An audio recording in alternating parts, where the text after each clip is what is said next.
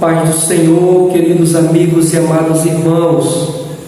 Estamos aqui nós mais uma vez para nós darmos continuidade às lições da Escola Bíblica Dominical no segundo trimestre de 2023. É sempre uma alegria, um prazer poder estar aqui juntamente com vocês, crescendo na graça e no conhecimento do Senhor.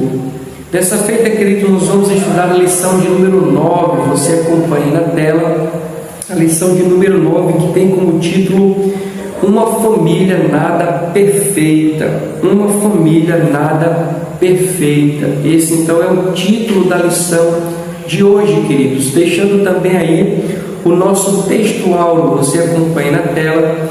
O textual está em Gálatas, capítulo 6, verso 7, que diz assim: não erreis, Deus não se deixe escarnecer, porque tudo que o homem semear, isso também ceifará. Gálatas capítulo 6, verso 7. Esse então é o nosso textual, meus amados. Indo agora, você acompanha na tela, para a verdade prática. E a verdade prática diz: tudo o que os membros da família plantarem, colherão.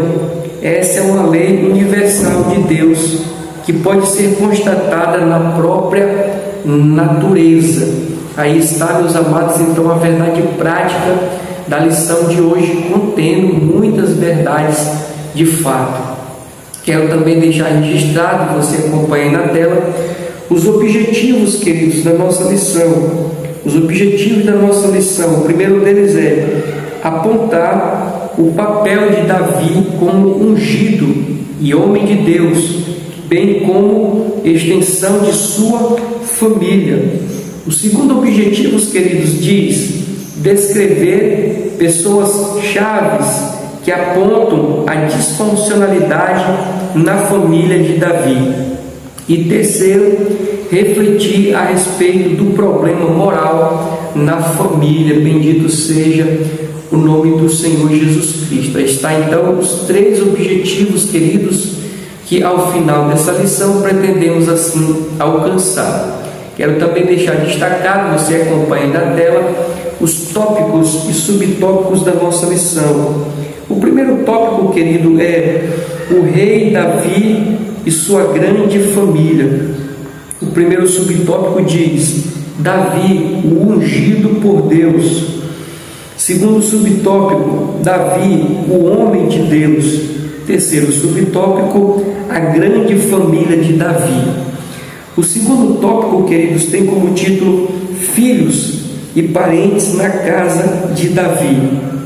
O primeiro subtópico diz Tamar. O segundo subtópico diz Absalão. O terceiro subtópico diz Aminon. O quarto subtópico diz Jonadab, um conselheiro do mal.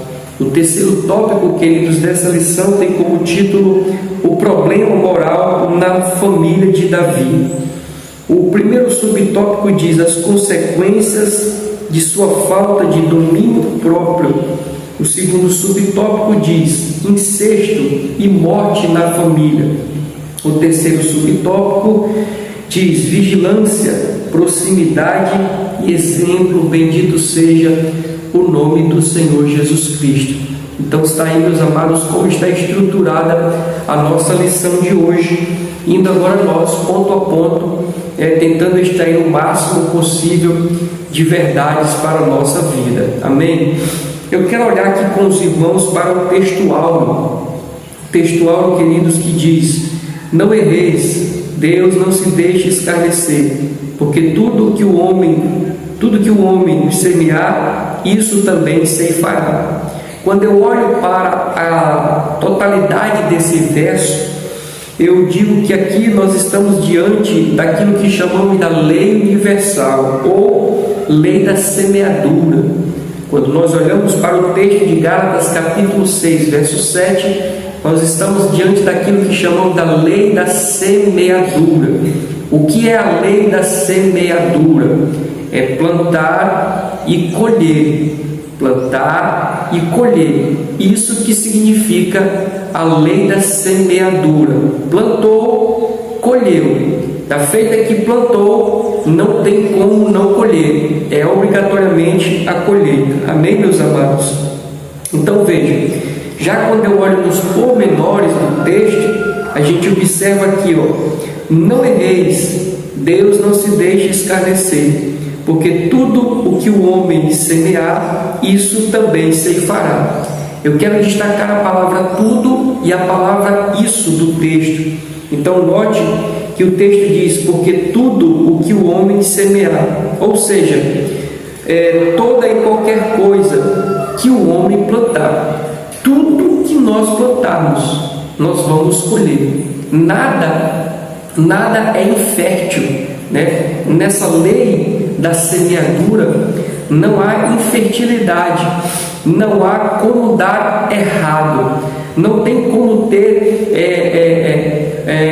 uma colheita diferente da plantação. Não, se plantou, colheu, plantou, vai ter que colher. Então, por isso que eu quero destacar essa palavra tudo aqui para nós, meus amados. Tudo que nós plantarmos, nós vamos colher. E o que seria esse plantar, queridos? São palavras, são escolhas, são atitudes, são decisões, são práticas, né? São projetos. Tudo isso são sementes, tudo isso são plantações. Então, plantações seria isso. Então, das palavras que nós falamos, nós vamos prestar conta ao colher. Das atitudes que nós tivermos, nós vamos prestar conta, nós vamos colher. Das escolhas, das decisões que nós tomarmos, isso também nós vamos colher. Então, tudo que nós plantarmos, nós vamos colher.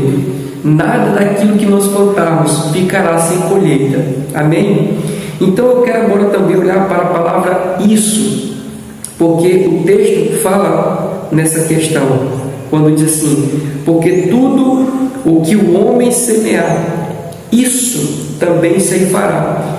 Quando eu estou lendo esse texto, estudando, essa palavra isso se destaca na minha visão, e a interpretação dessa palavra quer dizer que isso aponta para a natureza da colheita, ou seja, tudo que o homem plantar, isso também ceifará, ou seja, a natureza. Plantou uma semente, colhe-se, né, frutas de acordo com aquela semente. E o que eu quero dizer com isso é que se nós plantarmos mal, nós iremos colher mal. Se nós plantarmos bem, nós iremos colher bem. Porque, como eu disse ainda agora há pouco, quando eu estava explicando a palavra tudo, né? Tudo que o homem plantar, ou seja, não tem como ser diferente daquilo que nós plantamos. Se nós plantamos o mal, nós vamos colher o mal. Se nós plantamos o bem, nós vamos colher o bem. Então, queridos, essa palavra isso aponta para a natureza da colheita, aponta para a natureza da colheita. Se nós plantarmos mal, nós vamos colher mal. Se nós plantarmos bem, nós vamos colher bem. Agora, queridos, dentro dessa perspectiva de plantar e colher, de plantar, de semear e colher, ou até mesmo com relação à questão de escolhas, eu sempre destaco algumas coisas para nós. Por exemplo, em termos de plantar e colher, a colheita é obrigatória. Naturalmente, queridos, na vida, eu digo assim, que nós somos resultados de escolhas. É por isso que eu não consigo entender a mente de algumas pessoas que vivem deprimidas, que vivem tristes, que vivem decepcionadas com a vida que têm. Porque, na verdade, o único responsável por essa pessoa estar vivendo o que ela está vivendo hoje e lhe trazendo tristeza é só ela mesma, porque ela é hoje o que plantou ontem. todos nós somos hoje o que nós plantamos ontem. Por isso que eu digo e concluo que nós somos o resultado daquilo que nós escolhemos. Nós somos fruto de nossas escolhas. Se lá atrás nós escolhemos mal, hoje nós escolheremos o mal.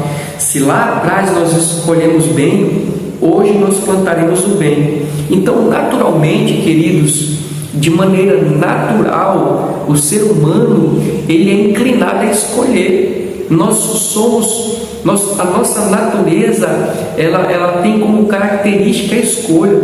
A nossa natureza a todo instante ela precisa escolher. Só que nós temos a capacidade de escolher o bem ou escolher o mal. Já com relação à colheita, queridos, a colheita ela é obrigatória. Da feita que você plantou, obrigatoriamente você vai ter que colher. Não tem como fugir, não tem como escapar, não tem como até postergar, não tem. A colheita ela é obrigatória. Segunda coisa, a colheita é maior do que a plantação. Então, dentro dessa perspectiva, queridos, guarde isso, anote isso para nunca mais esquecer. Em termos de ações, atitudes, que essas são a plantação e depois vem o retorno, que é a colheita. A primeira, a colheita é obrigatória, não tem como fugir. E a segunda, a colheita ela é maior que a plantação. Toda colheita, naturalmente, ela é maior que a plantação. Se nós fôssemos pegar o exemplo da agricultura, por pior que fosse a colheita, ainda assim ela seria maior do que a plantação, porque existe aquela plantação de sucesso, aquela colheita de sucesso que foi colhida com abundância. Mas vamos dizer que essa colheita não foi com abundância, mas na pior das hipóteses, queridos, a colheita ainda assim será maior do que a plantação. O que é que eu estou querendo dizer com isso? É que se nós plantarmos o bem, a nossa colheita do bem será muito maior, o retorno do bem será muito maior. E se nós plantarmos o mal? Tem até uma frase que diz: quem planta vento colhe tempestade, não é isso? Então note que plantou o vento, e o vento é menor do que a tempestade. Então o retorno, queridos, ele é muito maior. Por isso precisamos redobrar a nossa atenção em relação a isso. As nossas palavras, as nossas atitudes, as nossas escolhas, as nossas decisões, os projetos que nós estamos empreendendo, tudo isso são plantações. E se não soubermos o que estamos fazendo, poderemos ter um retorno drástico, poderemos ter uma consequência talvez irreversível. Amém? Vamos para a verdade prática. A verdade prática diz assim: todo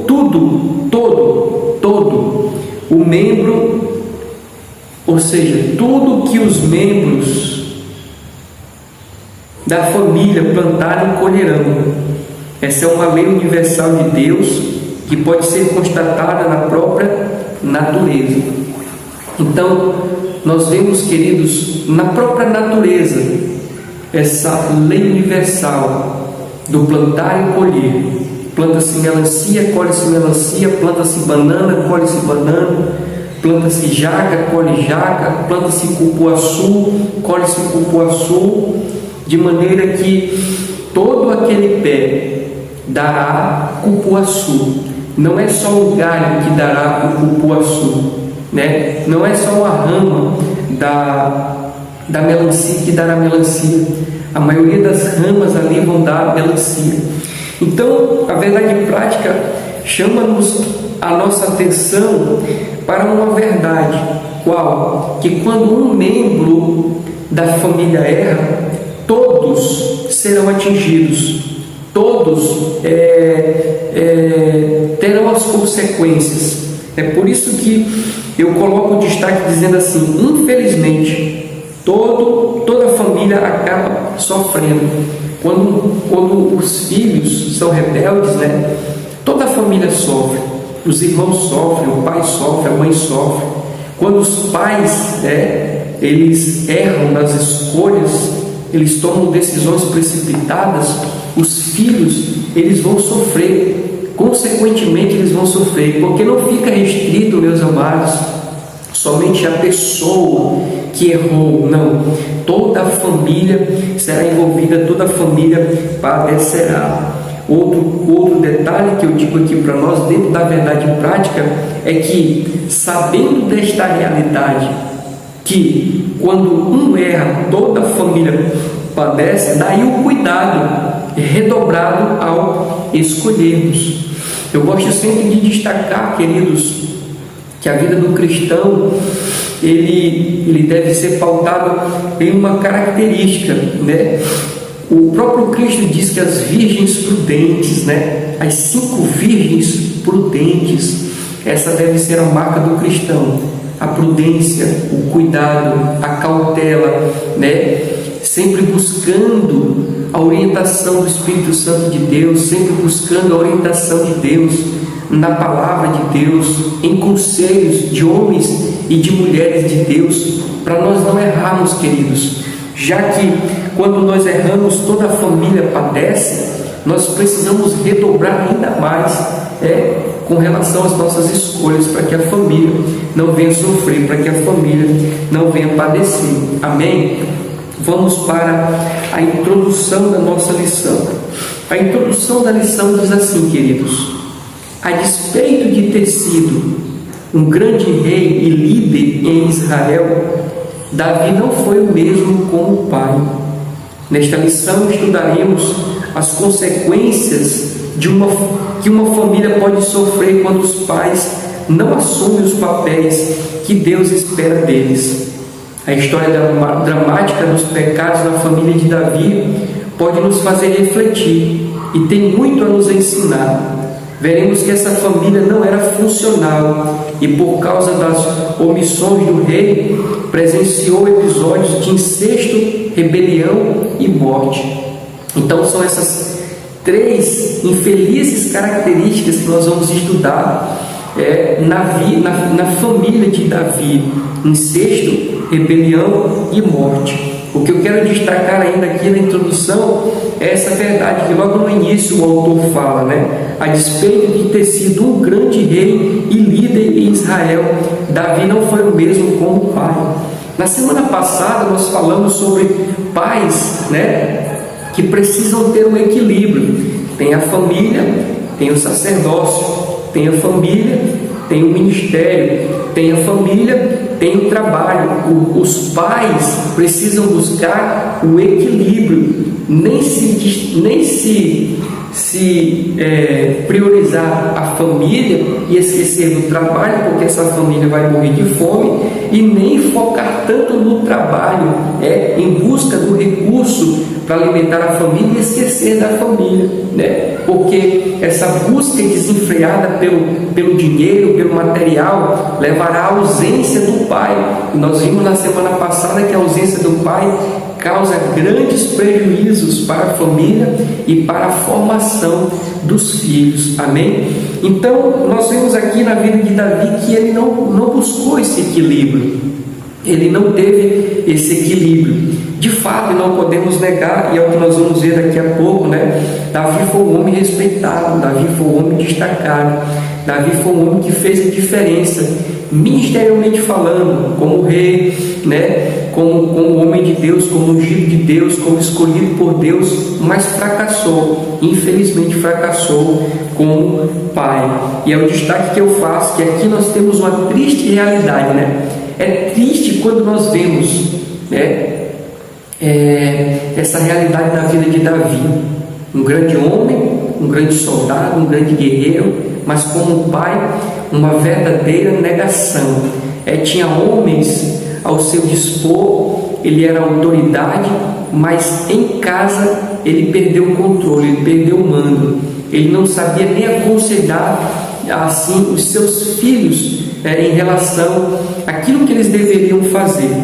Mas aplicando para nós essa realidade de Davi, mesmo sendo uma triste realidade, isso também acontece nos dias atuais, né? Nós vemos grandes líderes, grandes empresários, homens de sucesso, homens de respeito, homens considerados nas academias, homens considerados no ramo que eles decidiram trilhar, mas dentro de casa é uma negação. A esposa vive triste, amargurada, né? Os filhos estão crescendo rebeldes, sem a presença do pai. O pai não tem o controle, não tem o domínio, não consegue dar um conselho para os filhos.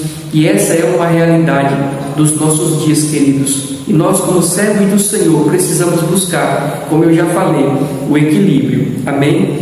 Vamos aqui para o primeiro tópico da nossa lição, que diz: o rei Davi e sua grande família. Primeiro tópico, Davi, o ungido por Deus. Eu quero já destacar essa palavra ungido, meus amados. Essa palavra ungido significa separado. É isso que significa a palavra ungido, separado. Então vamos para a leitura. O livro de 1 de Samuel mostra a decadência do reinado de Saul e o processo da escolha de Deus a respeito de um homem segundo o seu coração para assumir o lugar do primeiro rei de Israel. Assim Deus levou Samuel à casa de Jessé, o belemita, pois ali havia separado, ungido, o novo rei ungido de Deus, Davi. Nesse momento a Bíblia diz que desde aquele dia em diante o Espírito do Senhor se apoderou de Davi. Bendito seja o nome do Senhor Jesus Cristo. Aqui nesse tópico, queridos, cabe somente nós recontarmos um pouco da história, de como aconteceu a escolha de Deus pela vida de Davi. O povo vinha sendo regido pelos juízes, e o último deles foi Samuel. Samuel já estava velho, e ali o povo observa essa velhice de Samuel. O povo também ele olha para as outras nações e observa que as nações elas têm um rei, diferentemente de Israel, que tinha um juiz, mas tinha um rei invisível, vivido ou servido apenas pela fé. Só que o povo não se contentou a isso, eles queriam também um rei, e foram até Samuel e disseram o desejo do coração deles. E aí os irmãos conhecem basicamente a história. O certo é que Deus providenciou o rei Saul.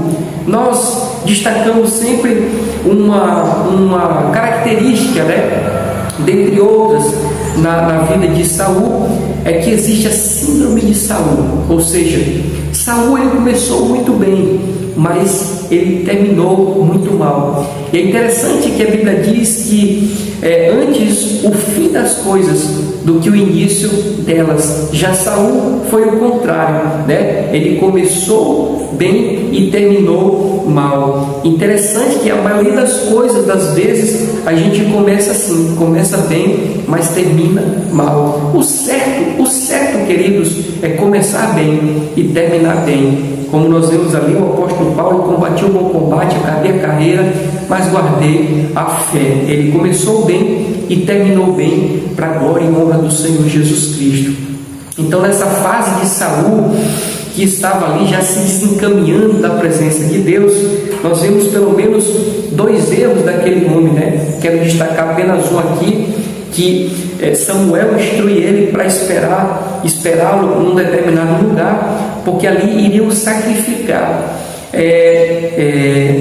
Humanamente falando, Samuel ele se demorou, e nessa pequena demora de Samuel, Saul se inquietou e sacrificou. Ele fez uma coisa que não cabia a ele, mas apenas ao profeta, ao sacerdote, ao juiz de Israel, que no caso era Samuel.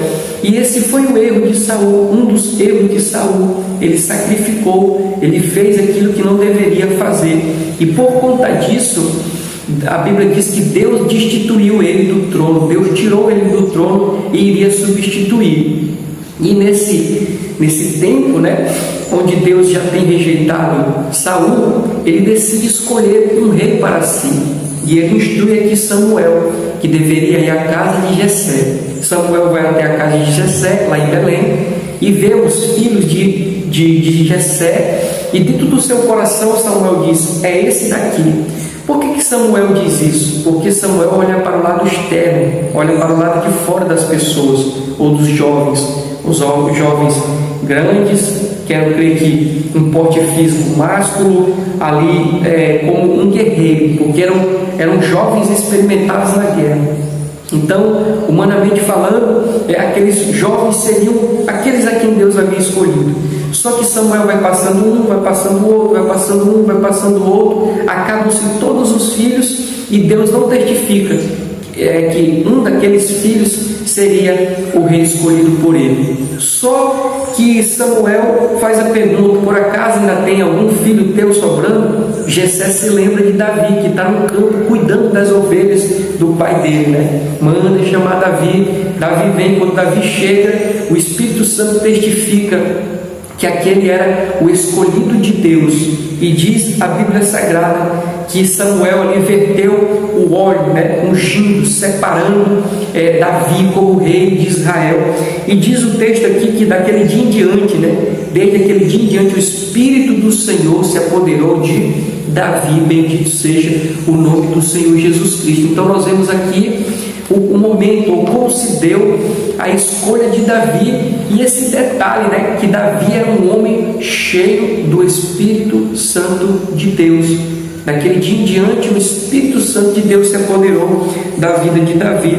Bendito seja o nome do Senhor Jesus Cristo. Amém, meus amados? Aqui não tem muito o que aplicar, apenas recontar a história. Amém? Vamos para o segundo tópico, que também não tem muito o que aplicar, apenas recontar a história. Mas vamos lá. O Espírito do Senhor operou poderosamente na vida de Davi. Não havia dúvida de que o capacitara para desempenhar a importante missão na monarquia de Israel, reunificar a nação. Ao longo dos capítulos de 2 Samuel, constatamos que o rei Davi foi bem sucedido em seu propósito. Paulatinamente, as tribos foram reconhecendo a sua autoridade. Assim, Davi unificou a monarquia e foi vitorioso em tudo o que o Senhor era com ele para realizar. Bendito seja o nome do Senhor. Então, o segundo tópico é Davi, o homem de Deus. Nós vimos como se deu a escolha de Davi, e nós vemos agora aqui Davi como homem de Deus escolhido para reunificar o reino. Nesse tempo, as tribos estavam espalhadas, cada um fazia, como diz a palavra, cada um fazia segundo o seu coração. O povo estava espalhado. Deus levanta Davi para reunificar, pela capacidade que Davi tinha, dada por Deus, né, como um grande guerreiro, com sabedoria, com astúcia, né, estratégico, um homem aguerrido. Ele foi conquistando a amizade das pessoas. As pessoas foram olhando para ele e foram se admirando dele. As pessoas foram vendo as conquistas dele, vendo a guerra que ele travava, como ele lutava, a perspicácia que ele tinha. E isso foi conquistando o coração do povo, de maneira que agora toda a nação está reunida outra vez como propósito, desejo e missão de Deus. E isso foi realizado por intermédio da vida de Davi. Bendito seja o nome do Senhor Jesus Cristo, queridos. Então, nesse ponto aqui é o que eu quero, enfatizar e recontar a história de Davi. Amém? Não tem muita aplicabilidade, não. É somente realmente recontar a história. Amém? Vamos aqui para o terceiro subtópico, que diz assim: a grande família de Davi. Nós vimos como ele foi ungido, nós vimos que a missão dele foi reunificar a Israel, e nós vamos ver agora uma particularidade da família de Davi.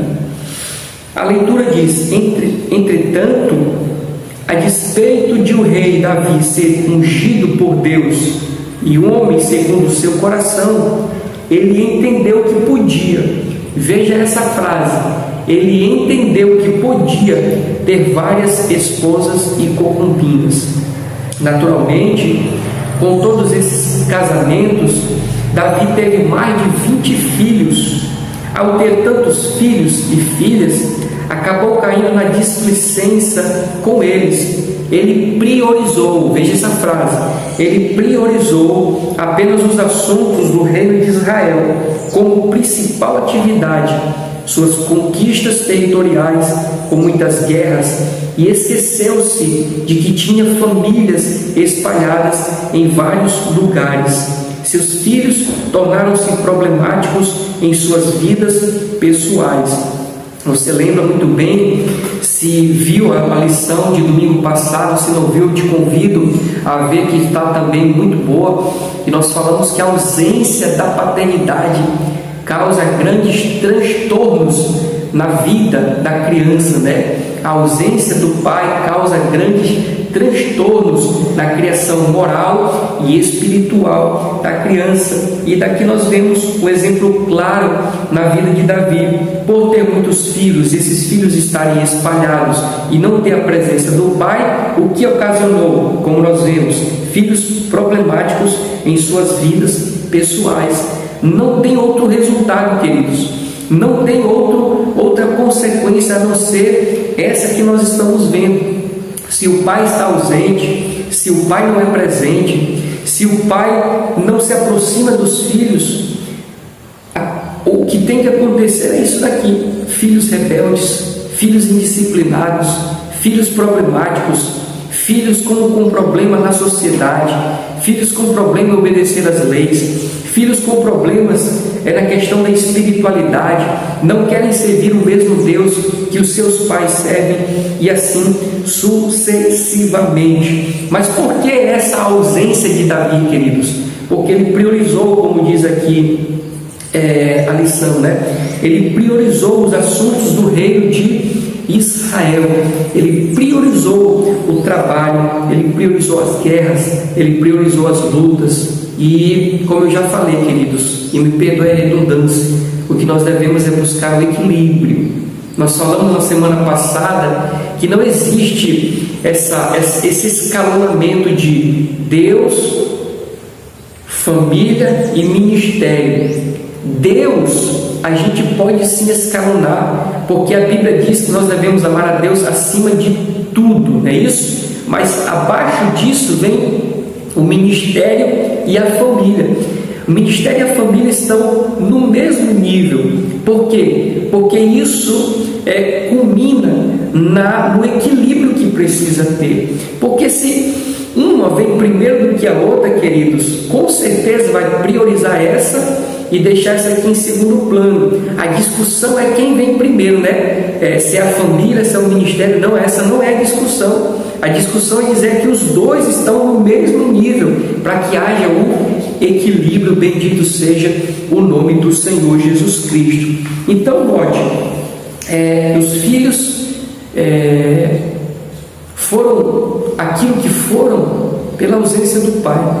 O pai priorizou outras coisas em detrimento a estar junto dos filhos.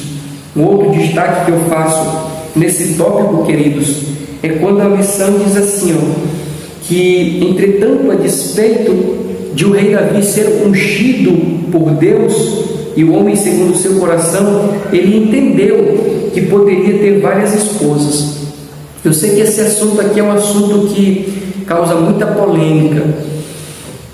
Eu sei que esse assunto é um assunto bem obscuro, bem difícil de se compreender. Mas veja, queridos, aqui comigo, com relação a essa questão de os homens de Deus terem várias mulheres, por que no passado poderia e por que hoje não pode? O detalhe que eu chamo a atenção aqui para nós é assim, queridos: não podemos negar essa realidade na Bíblia. Qual realidade? Que os homens, alguns homens de Deus, tiveram outras mulheres além da sua esposa.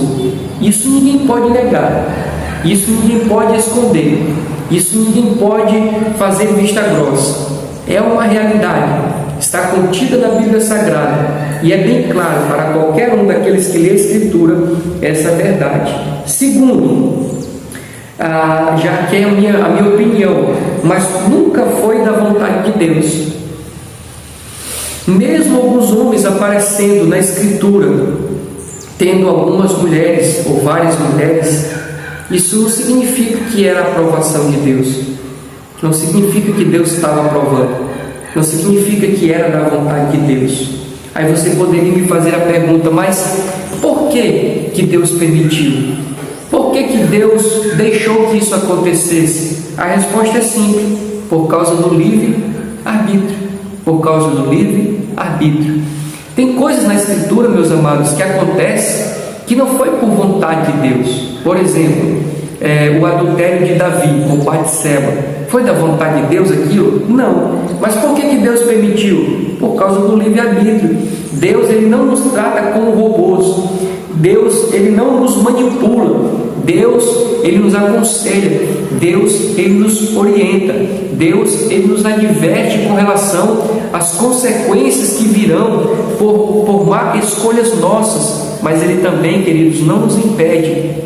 Ele deixa com que o nosso livre-arbítrio aconteça, requerendo agora de nós atentarmos àquilo que ele está dizendo. Amém, queridos? Então, essa realidade de mulheres, de homens ter várias mulheres, nunca foi da vontade de Deus. O que está acontecendo ali é o livre-arbítrio. Agora, uma coisa é certa: se você for olhar todos os homens de Deus que tiveram várias mulheres, veja a consequência disso, veja os desastres dessa realidade, veja os grandes problemas que vieram por causa dessa situação. Não é compensador, né? Não traz resultados positivos, só consequências desastrosas. Amém, meus amados? É esse detalhe aqui que eu queria deixar para nós.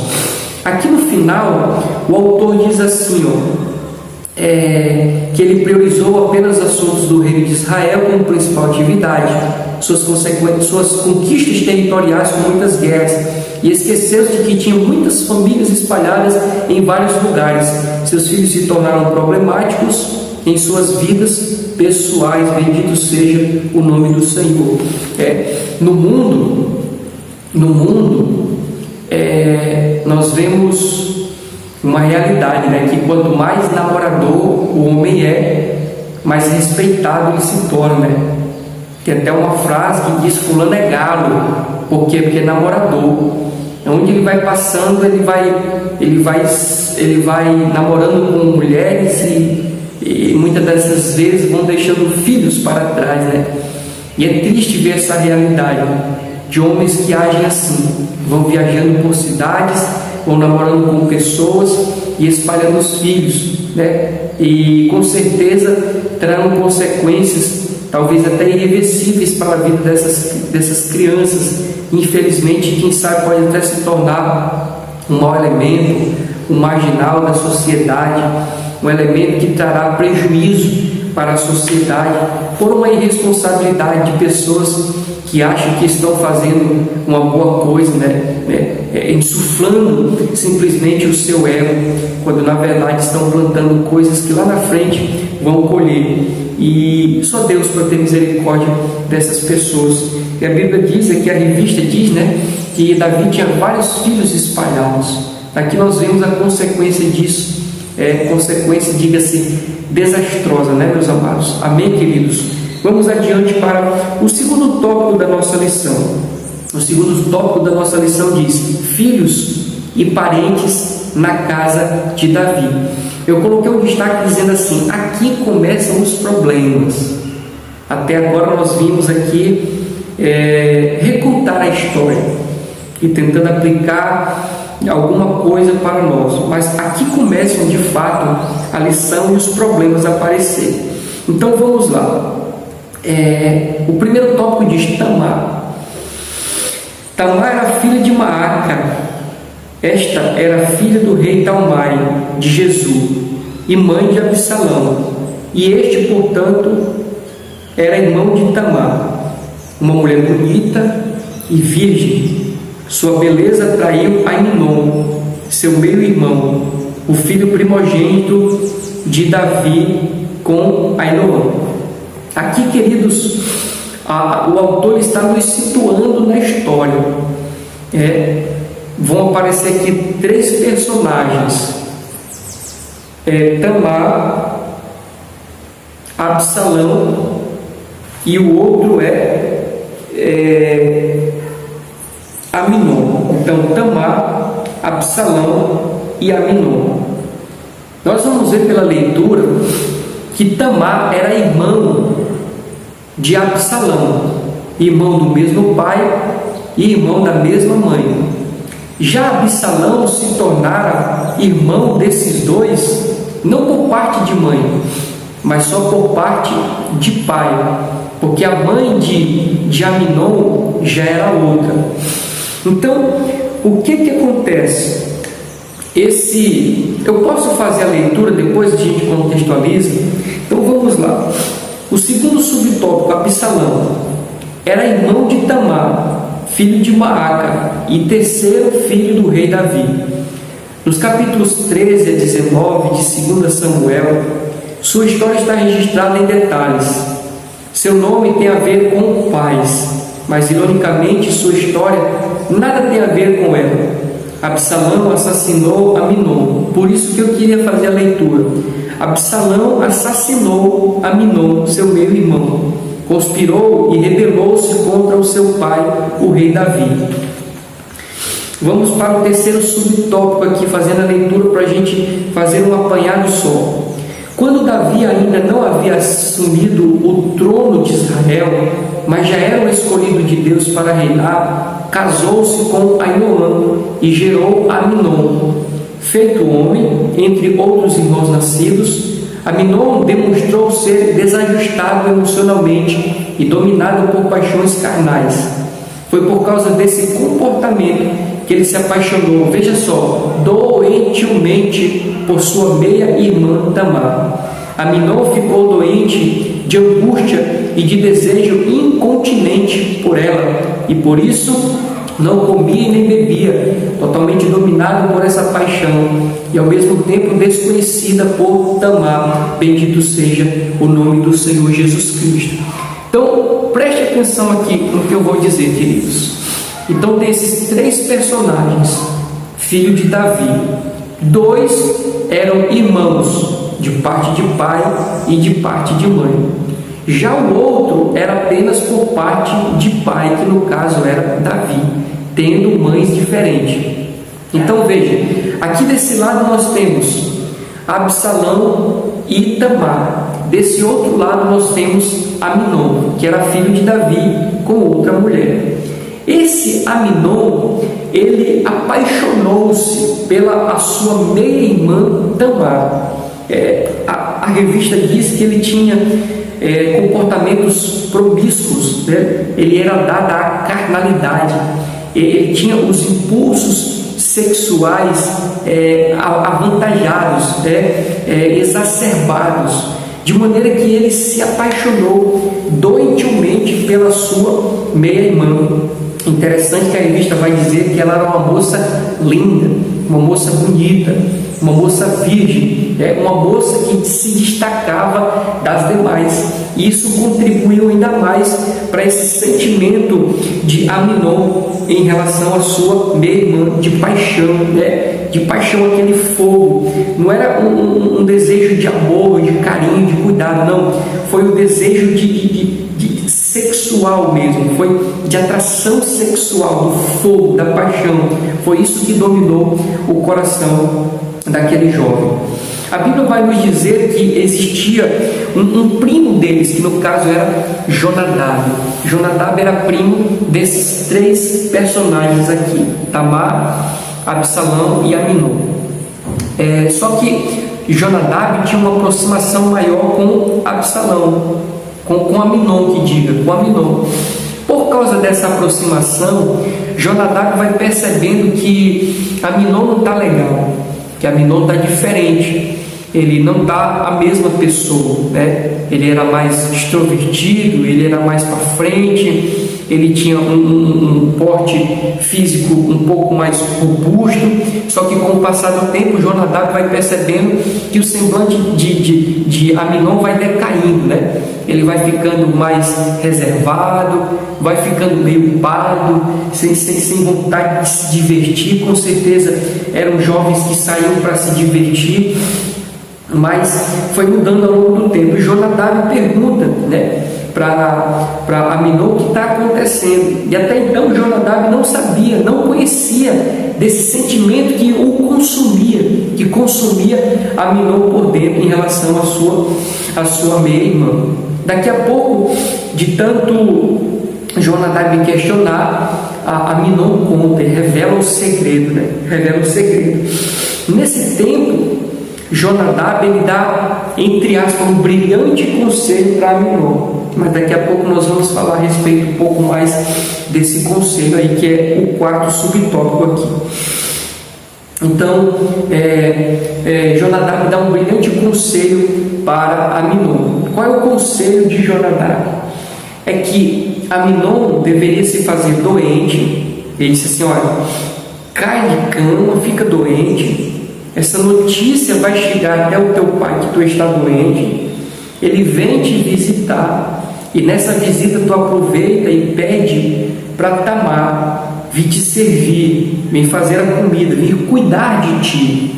Esse foi o conselho de Jonadab para Aminon. E assim aconteceu. Ele caiu em cama, né, doente, se fingindo estar doente. A notícia se espalha, Davi vem ver como é que está o estado de saúde do seu filho, percebe que não está nada bem, e ele aproveita ali, Aminon aproveita a oportunidade da presença do rei e faz o pedido. Davi, inocentemente, concede que Tamar viesse então servir a Aminon. A Bíblia diz que ela vem toda feliz, toda radiante, com vestes que destacavam dela como virgem, né? Vestes reais, vestes lindas, vestes esplêndidas. Imagine, queridos, a cena daquela moça chegando na casa de Absalão, né? Uma moça linda, uma moça bem trajada, bem vestida, e ela se aproxima de Absalão. Ele ali começa a conversar com ela, mas percebe que tem muita gente ali no quarto, né? E pede que os serviçais se ausentassem por um pouco, ficasse só ele e Tamar. Nesse tempo que as pessoas estão saindo, que ele percebe que está só com ela, ele se choca em cima dela, né? Ele se lança sobre ela e, como diz a Bíblia, ele comete adultério com ela. Na verdade, adultério não, queridos, um estupro, né? Perdoe. Ele comete um estupro, é um estupro registrado na Bíblia Sagrada. Mas o que piora é que não é só um estupro, tem também um incesto, né? São irmãos namorando. E até então, antes disso, Aminon tem um diálogo com ela, né? Querendo namorar com ela, querendo ter relação sexual com ela, e ela ainda tenta se defender, dizendo: não faça assim, não é assim que é feito em Israel, peça para o meu pai, com certeza ele não me te negará. Mas só que ele estava possuído pelo desejo, dominado pelo desejo da carne, de maneira que ele não pensou nas consequências e cometeu esse tal ato. O que eu acho interessante nessa história, queridos, é que ele namora com ela, mas depois que ele tem relação sexual com ela, ele sente um nojo tão grande daquela moça, ele sente uma repulsa tão grande pelaquela moça, ele até humilha ela, né? Ele manda jogar ela lá fora. Meu Deus, que situação, né? Que coração mau e perverso desse jovem, do filho do rei de Davi. Então assim aconteceu, queridos, esse triste relato, né? No meio da família de Davi, os filhos de Davi, os irmãos, né? Namorando, né? Tendo relação sexual, mas na verdade não foi consensual, não foi pelo desejo dos dois. Então houve ali um estupro, né? Um irmão estuprando a outra irmã. E uma lição que eu tiro disso é que o pecado ele é assim, queridos. O pecado ele tem uma roupagem de que é bom, mas no final ele é amargo. Note que ele tinha um desejo incontrolado pela sua irmã, mas depois que ele a possuiu, ele sentiu nojo dela. O pecado é assim, a gente fica dominado, as pessoas ficam dominadas, mas depois que comete o pecado, sente um nojo, sente uma repulsa. Então, não é compensador viver no pecado, né? Um certo autor diz que o pecado é como um sorvete de chantilly, que o recheio é cocô de cavalo. Você vai tomando ali o sorvete de chantilly, né? Vai ali tomando o sorvete ali em chantilly, daqui a pouco chega lá dentro no recheio, o que você vai encontrar? Cocô de cavalo. Assim é o pecado, queridos. Aí o decorrer da história, o restante da história é o seguinte, que ela é expulsa da casa de Aminon e ela sai ali humilhada, né? Ela rasga os seus vestidos, vestido real, vestido lindo, ela joga cinzas sobre a sua cabeça e sai pelas ruas de Israel, arrasada, destruída, humilhada. E o irmão dela, que no caso aqui, Absalão, ele está olhando aquela cena dela passar, só que ele não se manifesta. Ele até então não questiona, não pergunta o que aconteceu. Depois ele fica sabendo o que aconteceu, do porquê dela estar daquela maneira, com os vestidos rasgados, com cinza na cabeça. E a informação chega até o ouvido de Absalão, que é irmão dela, de pai e de mão, mas meio irmão de Aminon. Por conta disso, queridos, ele fica enfurecido. Absalão fica enfurecido e trama contra a vida do meio-irmão. O tempo passa, ele fica calado, o sentimento vai aumentando no coração dele, dentro de um plano, dentro de um plano maléfico que ele arquitetou, ele chega a tirar a vida do irmão. Tem um detalhe na revista, queridos, é que Davi ele ficou sabendo dessa notícia também. Ora, se Davi ficou sabendo que o filho estava doente, por que Davi também não ficou sabendo que a sua filha tinha sido estuprada pelo meio-irmão? Ele ficou sabendo. O problema é que ele não teve atitude nenhuma. Ele não teve atitude de ir lá, de aconselhar o filho, até mesmo de punir o filho.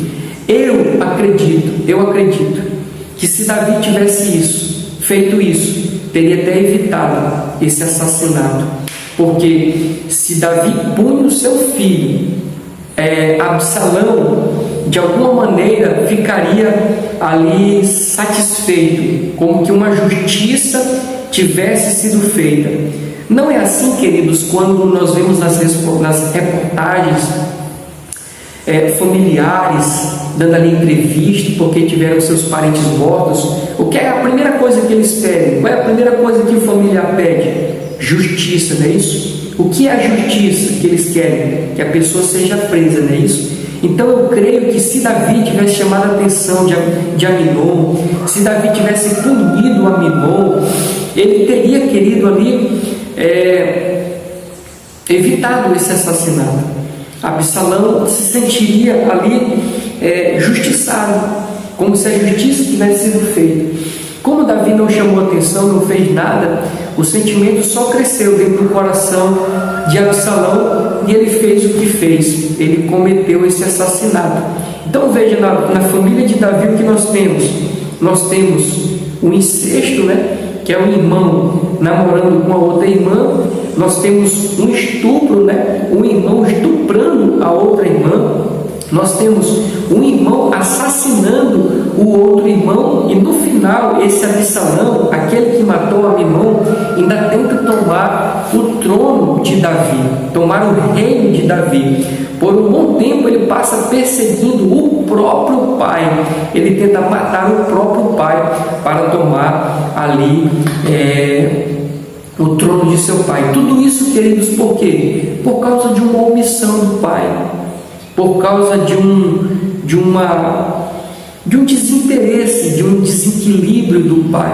por não dar atenção à família, por não se dedicar à família, por não fazer aquilo que deveria fazer, que é punir, que é julgar, que é trazer ali a correção para os filhos. Tudo isso, queridos, como nós já estudamos em lições anteriores, quando os padrões divinos são negligenciados, com certeza as consequências vêm. E o padrão divino é que o erro seja punido, que haja conselhos, que haja orientações, que haja fraternidade, que haja amor entre os entes da família. E é o que nós não vemos, é o que nós não percebemos na família de Davi. Amém, meus amados? Bendito seja o nome do Senhor Jesus Cristo. Vamos aqui para o quarto subtópico que eu disse aos irmãos que iria comentar aqui a respeito. Jonadab, um conselheiro do mal. Jonadab, um conselheiro do mal. Jonadab era primo de Aminon e filho de Simeia, irmão de Davi. Segundo o que a Bíblia registra, era um homem sagaz e de maus pensamentos em seu coração. O mal sempre atrai o mal, e por isso esse homem induziu Aminon a satisfazer sua paixão com um plano de mentira que envolvia Davi e Tamar, a vítima dessa situação. Jonadab é o tipo de amigo que não se deve ter por perto quando se vive algum problema pessoal ou familiar. Ele é um exemplo completo do mau conselheiro. Bendito seja o nome do Senhor Jesus. Então note, queridos, eu gostei quando a lição disse que o mal atrai o mal. Em se tratando de conselhos, quando a gente vai para Salmos 1, não é isso? Salmos 1 diz assim: bem-aventurado o varão, o homem que não anda no conselho do quê? Dos ímpios, porque os ímpios hão de dar conselhos ímpios. Veja aqui o exemplo claro de Jonadab, um homem sagaz, um homem mau, um homem perverso, foi aconselhar o jovem Aminon. Qual foi o conselho? O pior que poderia existir. Então nós precisamos ter cuidado em relação com quem nós estamos nos aconselhando, a quem nós estamos buscando ajuda, auxílio. E a Bíblia nos adverte muito em relação a essa questão do conselho. Por exemplo, Provérbios capítulo 12, verso 15. Abrem comigo Provérbios 12, 15. Provérbios 12, 15. Provérbios 12, 15 diz assim, queridos, da palavra do Senhor: o caminho do tolo é reto aos seus próprios olhos, mas o que dá ouvidos ao conselho é sábio. O caminho do tolo é o caminho do tolo. 12:15. O caminho do tolo é reto aos seus próprios olhos, ou seja, ele não quer saber de conselho, ele não quer saber de orientação, ele não quer dar ouvido a ninguém, ele faz aquilo que ele acha que é certo. Então o caminho do tolo é reto aos seus próprios olhos, mas diz a Bíblia para que quem dá ouvido aos conselhos é sábio. Então nós precisamos, eu não estou dizendo que nós não carecemos de conselhos, nós precisamos de conselhos. A questão é de quem nós estamos aconselhando, a quem nós estamos nos aconselhando, né? De quem nós estamos pegando conselho, principalmente, queridos, em relação à família, né? Os conflitos familiares, né? Às vezes você está em conflito com o seu esposo, com a sua esposa, e vai se aconselhar com alguém. Esse alguém pode lhe dar um conselho errado, que pode trazer consequências para a sua família irreversível. Então, tome cuidado, querido, em relação a isso. Tome muito cuidado. Aconselhe-se com homens e mulheres de Deus. Busque a Deus em oração. Peça a Deus que use pessoas para lhe orientar, e assim você possa ter uma boa escolha, né? Uma boa escolha, e não venha sofrer o dano. Amém? Vamos aqui, queridos, para o terceiro tópico da nossa lição, né? O terceiro tópico da nossa lição: o problema moral na família de Davi. O problema moral na família de Davi. O primeiro tópico diz assim, queridos: as consequências da falta de domínio próprio. Só esse tópico aqui, queridos, daria uma aula inteira sobre a falta de domínio próprio. E eu gosto de olhar para esse tópico quando nós vemos as consequências da falta de domínio próprio, ou seja, quem não tem domínio de si, com certeza sofrerá o quê? Consequências. Aquele que não tem o domínio próprio, o que resta para ele são consequências. Então tem consequências para aquele que não tem o domínio próprio. Então vamos lá para a leitura. O capítulo 11 de 2 Samuel relata o adultério de Davi. O capítulo 12 registra o confronto do profeta Natã ao pecado do rei. Mesmo tendo reconhecido seu pecado de adultério, dissimulação e assassinato, o rei Davi não pôde evitar as consequências do seu pecado. É incisivo e fiel à mensagem divina. O profeta Natã disse ao rei: eis que suscitarei da tua mesma casa o mal sobre ti, e tomarei tuas mulheres perante os teus olhos, e as darei a teu próximo, o qual se deitará com as tuas mulheres perante este sol. Assim não demorou muito para que um dos filhos coabitassem com as concubinas do próprio pai e o envergonhassem publicamente em Israel. O que nós vemos aqui, queridos, também é que Davi ele era um homem carnal. Ele era um homem impulsivo carnalmente, dado pelo aquilo que nós constatamos na Bíblia, que era um homem que tinha muitas mulheres. Nessa compulsão de Davi, ele se apaixona por Batseba.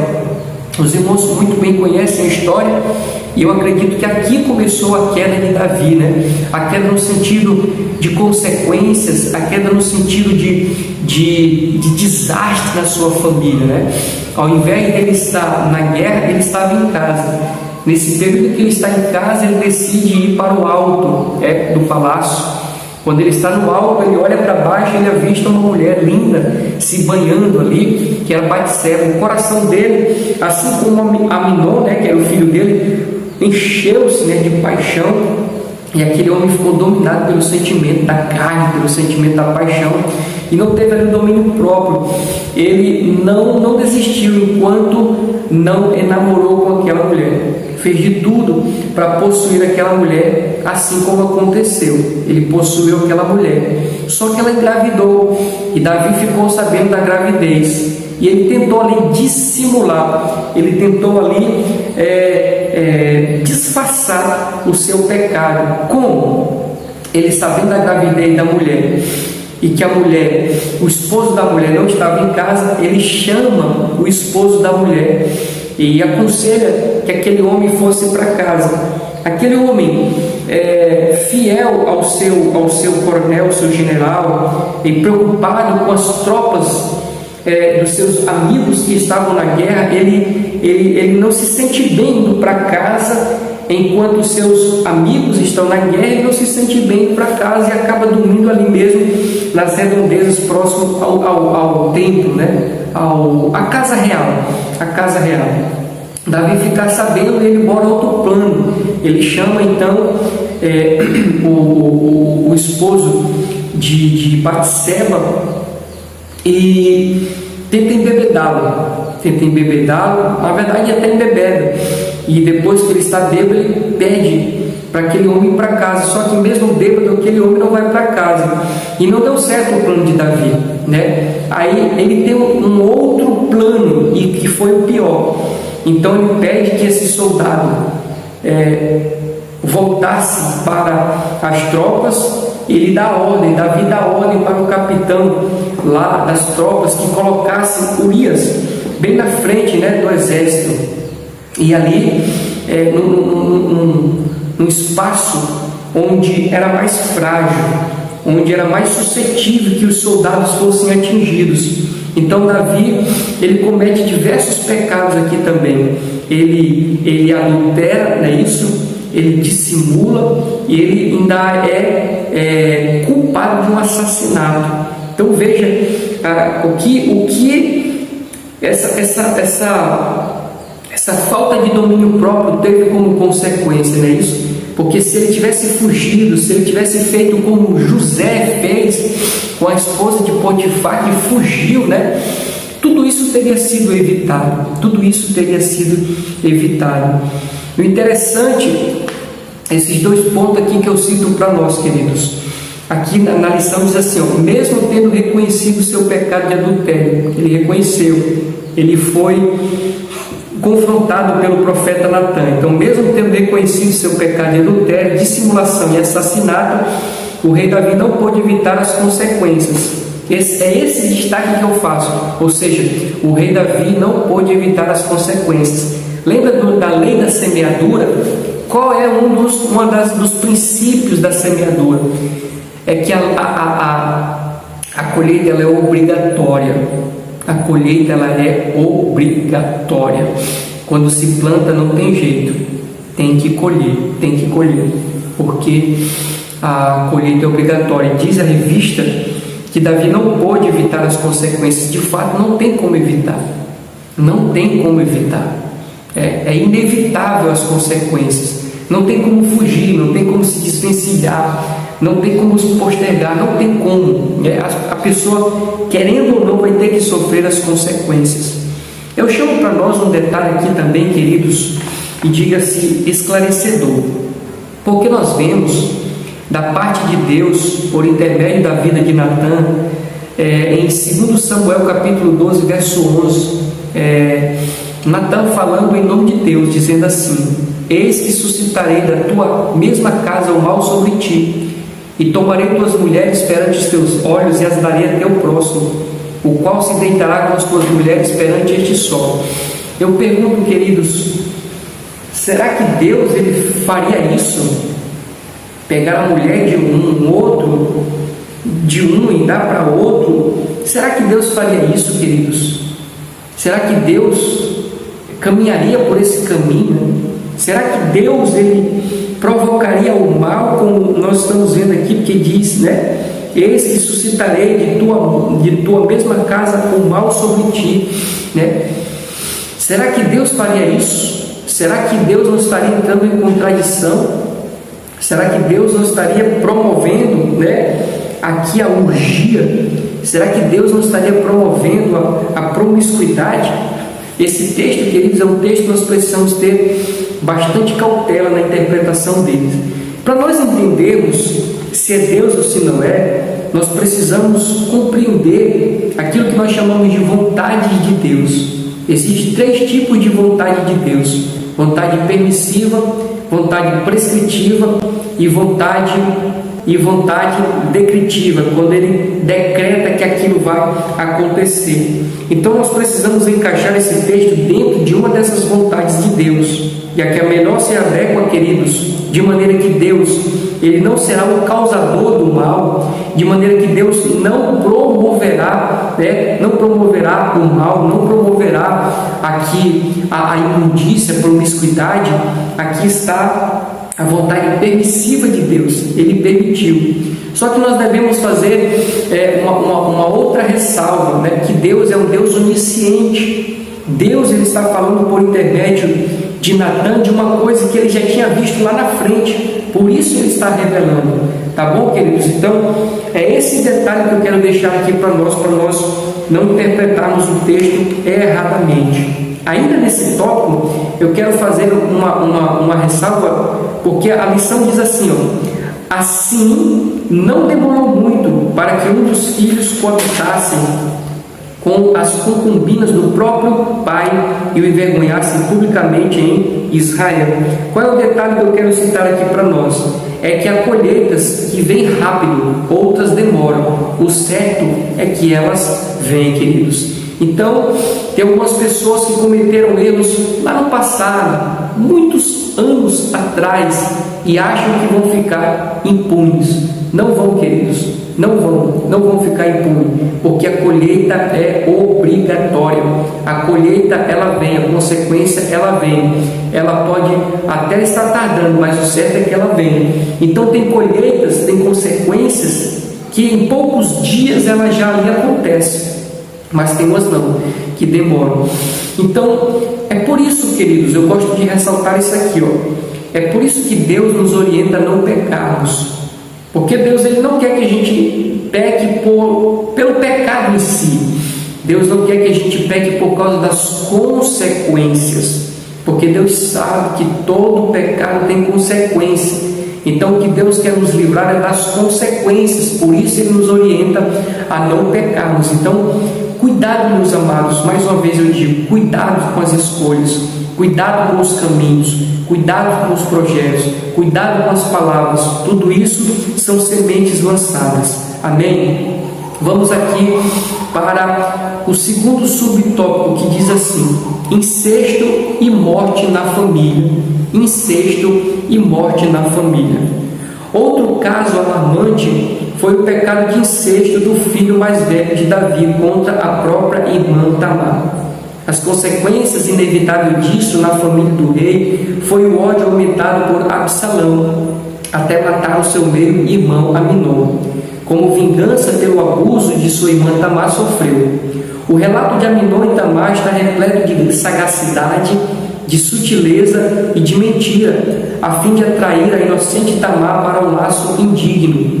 Tudo muito doentio e pecaminoso. Depois de ter se deitado com sua meia-irmã, humilhando-a, Aminon a desprezou completamente. E o rei Davi soube de fato, irou-se, mas não fez nada. Lembra que eu comentei agora há pouco? Ou seja, foi um pai omisso, foi um pai que fez vista grossa, foi um pai que não puniu, não trouxe ali o juízo sobre aquele filho, que eu creio que se ele tivesse isso, teria evitado o assassinato. Em suma, uma das consequências trágicas desse comportamento do rei foi a tragédia anunciada da família. Absalão matou Aminon e mais tarde ele cavou sua morte precoce após desencadear uma rebelião contra o próprio pai a fim de tomar-lhe o trono. O rei chorou amargamente a morte de seu filho Absalão. Bendito seja o nome do Senhor Jesus Cristo. Glória a Deus. Nesse tópico, meus amados, porque nós já discutimos bastante ele, né? Nós já vimos aqui a omissão de Davi, nós vimos a consequência dessa omissão e nós já relatamos o pecado, né? O pecado que houve do incesto, de um irmão namorando com outro irmão, do estupro, do assassinato, e enfim. Eu quero pegar aqui um ponto da lição e trazer aqui para nós como reflexão, dentro desse tópico, porque aqui tem um auxílio devocional, na minha lição, tem um auxílio devocional. Talvez alguns não tenham pelo fato da sua revista ser de aluno, a minha de professor, então tem esse detalhe aqui, um auxílio devocional. Esse auxílio devocional tem um título que diz assim, como arruinar a vida de seus filhos. Como arruinar a vida de seus filhos. Aqui tem um texto interessante que eu quero deixar como leitura aqui para nós. Então veja a leitura desse texto. Pode ser surpreendente, mas frequentemente as pessoas mais bem-sucedidas, segundo os padrões do mundo, têm sido pais terríveis. Aquilo que nós já falamos, né? O pai tem dupla jornada, vamos dizer, a empresa, o emprego e a família. Eles são bem-sucedidos na empresa, mas em se tratando de pai, né, chefe de família, é uma negação. Por quê? Porque eles não buscam esse equilíbrio. Eles estão tão focados, eles estão tão obstinados em vencer, em ganhar, em lucrar mais, em crescer, em ser conhecido, em ser mais rico, que eles acabam abandonando a família. É isso que o autor está dizendo. Então vamos lá.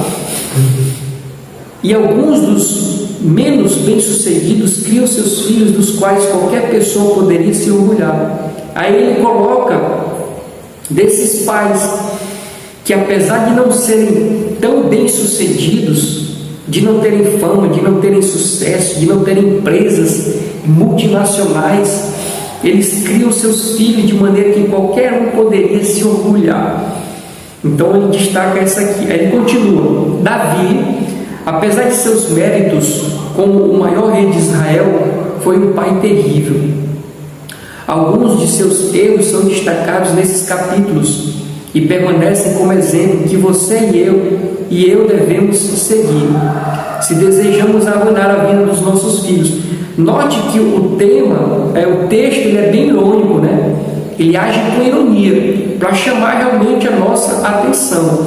Ele diz assim, alguns dos erros são destacados nesses capítulos, e permanecem como exemplos para eu e você, que devemos seguir, se desejamos arruinar a vida dos nossos filhos. Ou seja, se nós desejamos arruinar a vida dos nossos filhos, faça como Davi, seja negligente, faça vista grossa, deixe de fazer aquilo que deveria fazer, que é punir, chamar atenção, trazer o juízo. Assim você terá sucesso na sua missão em arruinar a vida dos seus filhos. Ele continua, quais são as recomendações de Davi para o fracasso como pai? Ele continua ironizando e dizendo assim, fique zangado, mas não castigue. Quando Davi soube o que Aminon fez a sua meia-irmã Tamar, o texto diz que Davi muito se acendeu em ira, mas não há indicação de que ele teve falado com Aminon, e muito menos que o tivesse castigado. Os pais que deixam de corrigir seus filhos podem esperar problemas maiores no futuro. Então tem pais assim, que ficam indignados, ficam furiosos, e não ficam sabendo do erro dos filhos, mas não adverte os filhos, não puxa a orelha, como nós dizemos, né? Não corrige o filho, deixa o filho sem limite, deixa o filho sem lei, e com certeza isso trará consequências maiores, como diz a nossa lição. Ele traz um outro ponto. Então, o primeiro passo para destruir ou arruinar a vida dos nossos filhos é ficar zangado, mas não castigar. O segundo passo é ame demais os seus filhos. Não tem pai que é assim? Ama demais o meu príncipe, a minha princesa. É um zelo exacerbado, de maneira que não adverte, é amor demais. Então esse é outro passo para destruir ou arruinar os filhos. A leitura diz, depois que Absalão fugiu, Davi pranteava a seu filho todos os dias. Davi pareceu ter sentido tanto falta de seu filho que se esqueceu do seu que tinha feito. Meninos e meninas que são amadas demais, de modo em que valem tudo, causarão sem dúvida grandes problemas. Bendito seja o nome do Senhor Jesus Cristo. Então, amar os filhos demais, de maneira que esse amor não nos permite corrigi-los, queridos, com certeza não é um bom caminho a trilhar, a não ser que o seu objetivo seja arruinar a vida do seu filho. Se o objetivo for arruinar a vida do seu filho, faça isso, ame ele, não corrija, não advirta, não puna, e você com certeza alcançará sucesso na sua missão. Outra, perdoe, mas não completamente. Davi finalmente permitiu que Absalão retornasse a Jerusalém, mas não o viu durante 2 anos. Se o perdão for concedido, deverá ser completo. O perdão incompleto, repleto de pequenas lembretes dos pecados passados, cria amargura e antagonismo. Quando Deus perdoa, Ele esquece. Se nós perdoamos um erro, nós devemos fazê-lo completamente. Davi, um sucesso em sua carreira, um fracasso como pai. Ele se sobressaía com os que os seus filhos... Ele se aborrecia, ele se aborrecia com o que os seus filhos faziam, mas não os castigava. Ele amou todos os seus filhos que perdeu a perspectiva. Ele perdoava de modo incompleto. Na sua vida familiar, o maior rei de Israel foi um dos maiores fracassos da história como pai. Bendito seja o nome do Senhor Jesus Cristo. Então aqui estão os passos de como você deve fazer para arruinar a vida dos seus filhos, e foram exatamente os passos que Davi fez. Com relação a essa questão do perdão, que é o perdão incompleto, Davi, o Absalão havia fugido, tinha saído de Israel. Daqui a pouco Davi chama Absalão para vir para o reinado outra vez, mas ele não perdoa completamente, porque ele fica 2 anos sem falar com o filho. Então não foi um perdão completo, e não deve existir esse perdão incompleto, e sim um perdão completo. Se o perdão for incompleto, com certeza ainda assim trará consequências drásticas. Amém, meus amados? Era o que eu queria deixar, porque eu achei muito interessante esse texto aqui para nós, cheio de ironia, mas também de muitas verdades. O terceiro subtópico diz assim: vigilância, proximidade e exemplo. A leitura diz: essa história do problema moral na família de Davi ensina a todos os pais a respeito da importância da vigilância, da proximidade e do exemplo na família. É muito importante desenvolvermos uma relação sóbria e equilibrada com os nossos cônjuges, filhos, parentes e pessoas próximas da nossa família. Infelizmente, não estamos livres de depararmos com problemas morais difíceis na família. Por isso é preciso que os pais façam sua parte, acompanhando de perto o que acontece nos lares, sobretudo fazendo isso por meio de exemplos de quem busca viver para a glória de Deus dentro de casa.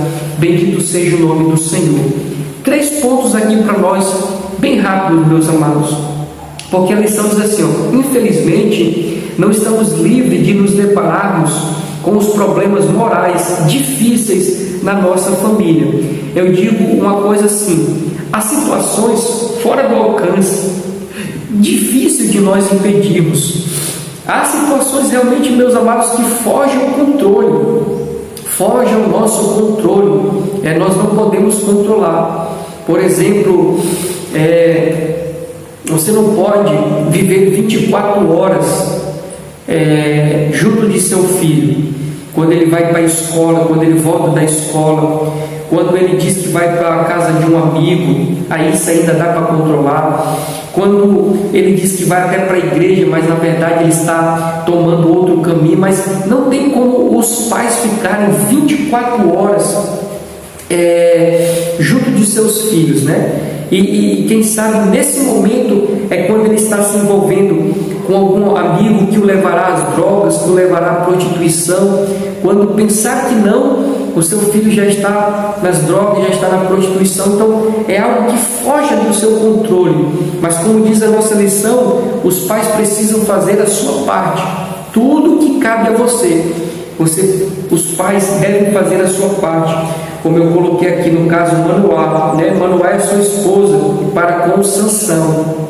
Nós estudamos em lições passadas que eles fizeram certinho, tudo certinho, mas o bendito de Sansão resolveu desencaminhar e foi um péssimo juiz em Israel, não trazendo orgulho para os seus pais, pelo contrário, só desânimo, só lástima. Infelizmente isso também fugiu ao controle deles, mas eles fizeram a parte deles, de maneira que poderiam, em partes, estar em paz, porque fizeram a parte deles. Mas o que prevaleceu aqui foi o livre-arbítrio de Sansão, de Sansão. A lição continua dizendo, que os pais devem fazer a sua parte e acompanhar de perto o que acontece nos lares.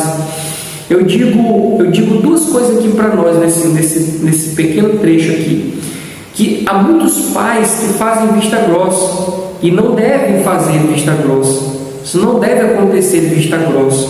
Outra coisa,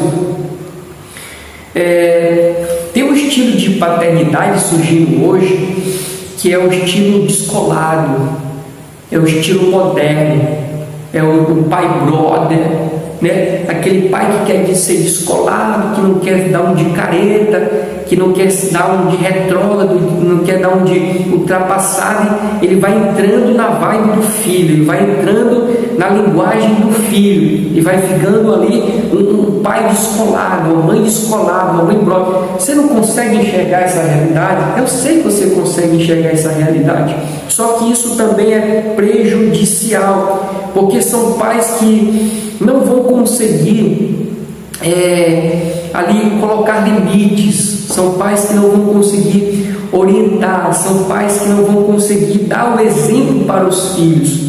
Uma vez, queridos, eu vi alguém ilustrando a igreja da seguinte maneira: nós não podemos nem ser muito sal e nós não podemos nem ser muito insípidos, nós temos que buscar o meio termo. Se nós formos insípido, e o que é um insípido aqui nesse caso? é ser parecido com o mundo, é cantar o que o mundo canta, é fazer o que o mundo faz, é viver da maneira que o mundo vive. Isso é ser insípido. Então a igreja ela não pode ser insípida, ela não pode ser como aquela que não faz diferença. A igreja ela tem que fazer diferença. Nós também não podemos ser muito sal, ou seja, trancado em nós mesmos, girando ao redor de nós mesmos. Nós temos que buscar o equilíbrio, buscar fazer a diferença, né? E sermos ali aqueles que resguardam a lei de Deus, que vivem a lei de Deus, que busquem santidade, que busquem santificação. Devemos sim nos aproximar do mundo, mas sem nos envolvermos com o mundo, que seria o equilíbrio. Assim também a criação dos pais. Os pais não podem nem ser muito frouxos, com esse estilo de paternidade que eu citei aqui, que é o pai brother, né? Que é o pai descolado, é o pai jovem, quer dizer que é jovem, não está ultrapassado, mas isso é maléfico para a criação do filho. Daqui a pouco o filho não está respeitando o pai, né? Daqui a pouco o filho está tirando, como nós dizemos, tirando o pai a pagode. Isso não pode acontecer. Então, queridos, se nós formos resumir essa lição, eu resumiria na palavra equilíbrio. Equilíbrio. Os pais precisam buscar o equilíbrio para que tenham os problemas familiares minimizados. Porque, queridos, esse é o tema geral da nossa lição, né? Superando desafios e problemas. Então, nas famílias tem muitos desafios e problemas, de maneira que esses desafios e problemas precisam ser minimizados. E para que haja a minimização desses problemas, precisa-se buscar o equilíbrio. Amém? Eu quero só fazer aqui a leitura da conclusão, que diz assim: vimos que a família do rei Davi era disfuncional, o que trouxe problemas de longo prazo para toda a família. Por isso, é preciso cultivar os valores da palavra nos lares, que os pais exerçam seus papéis em casa, transmitindo esses valores e acompanhando de perto os seus filhos. Que os cônjuges tenham um relacionamento que traga equilíbrio e segurança aos filhos. A vida cristã em família é a maior prevenção contra os desajustes da atualidade. Bendito seja o nome do Senhor. Eu espero ter contribuído para o seu aprendizado, para o seu crescimento espiritual, como pai, como mãe, e de maneira que a sua família seja abençoada. Obrigado pela sua presença aqui conosco. Permitindo Deus, estaremos aqui outra vez na próxima lição, em nome de Jesus. Amém e amém.